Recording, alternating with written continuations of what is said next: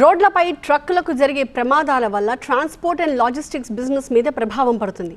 కొత్త టెక్నాలజీతో వస్తున్న ట్రక్కులు అలాగే స్కిల్స్ ఉన్న డ్రైవర్ల వల్ల ట్రాన్స్పోర్ట్ రంగానికి చాలా ప్రయోజనాలు ఉంటాయని చెప్తున్నారు నిపుణులు.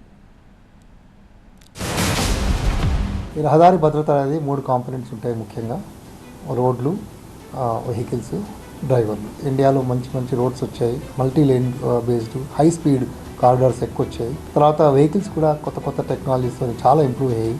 వెహికల్స్లో యాంటీ లాక్ బ్రేకింగ్ సిస్టమ్స్ అన్నిట్లో వచ్చాయి. డ్రైవర్ని ఒకవేళ లేన్ మారినా, తర్వాత హై స్పీడ్ పోయినా, లేకపోతే సీట్ బెల్ట్ పెట్టుకోపోయినా, నిద్రపోయినా, ఇలాంటివి కొన్ని అలర్ట్ చేసే సిస్టమ్స్ కూడా చాలా వెహికల్స్లో వచ్చాయి కూడా కొన్ని సిస్టమ్స్.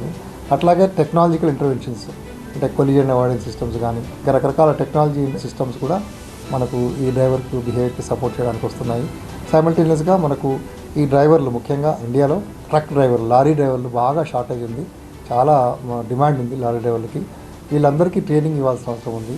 ఈ కొత్తగా వచ్చే మనకు హై స్పీడ్ రోడ్స్ గురించి కానీ, హై టెక్నాలజీ వెహికల్స్ గురించి కానీ వాళ్ళకి అవేర్నెస్ కల్పించాల్సిన అవసరం చాలా ఉంది. రిఫ్రెషర్ ట్రైనింగ్స్ అనేది ట్రక్ డ్రైవర్స్కి చాలా ఇంపార్టెంట్.